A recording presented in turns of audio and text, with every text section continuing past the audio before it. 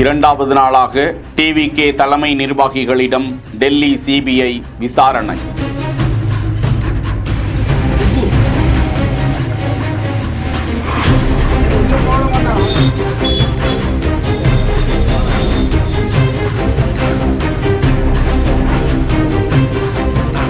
CBI அதிகாரிகளிடம் ஆதவ் அர்ஜுனா, புசி ஆனந்த் உள்ளிட்டோர் கூறியது என்ன?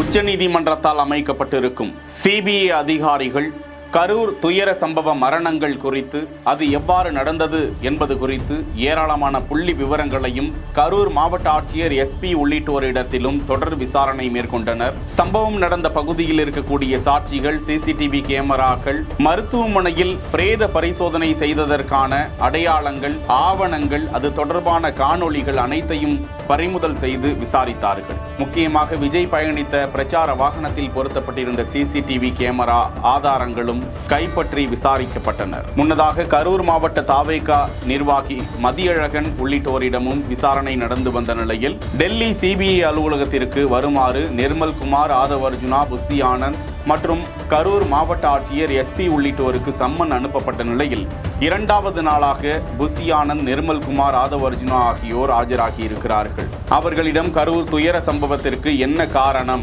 இவர்கள் சந்தேகத்தின் அடிப்படையில் தெரிவிக்கக்கூடியதற்கு ஆதாரங்கள் இருக்கின்றனவா, இது சதி என்ற கோணத்தில் புசி ஆனந்த், ஆதவ் அர்ஜுனா உள்ளிட்டோர் குற்றஞ்சாட்டி வருவதாக கூறப்படும் நிலையில் அது குறித்து தீவிர விசாரணை நடந்து வருகிறது. செய்திகளை உடனுக்குடன் தெரிந்து கொள்ள பிஹைண்ட் வுட்ஸ் நியூஸ் வாட்ஸ்அப் சேனலுடன் இணைந்திருங்கள். பிஹைண்ட் வுட்ஸ் பெருமையுடன் தயாரித்து வழங்கும் மூன்வாக் மியூசிக்கல் நைட் ஜனவரி 4 ஞாயிறு மாலை 4 மணி அளவில் சத்யபாமா யூனிவர்சிட்டி சென்னையில் நடைபெற உள்ளது. உங்கள் டிக்கெட்ஸை book my show, district ticket 9 மற்றும் கினாஃபலில் ஆர் ஸ்கிரீன்ல தெரியுற வாட்ஸ்அப் நம்பர், வெப்சைட் மூலமாக புக் செய்வோம்.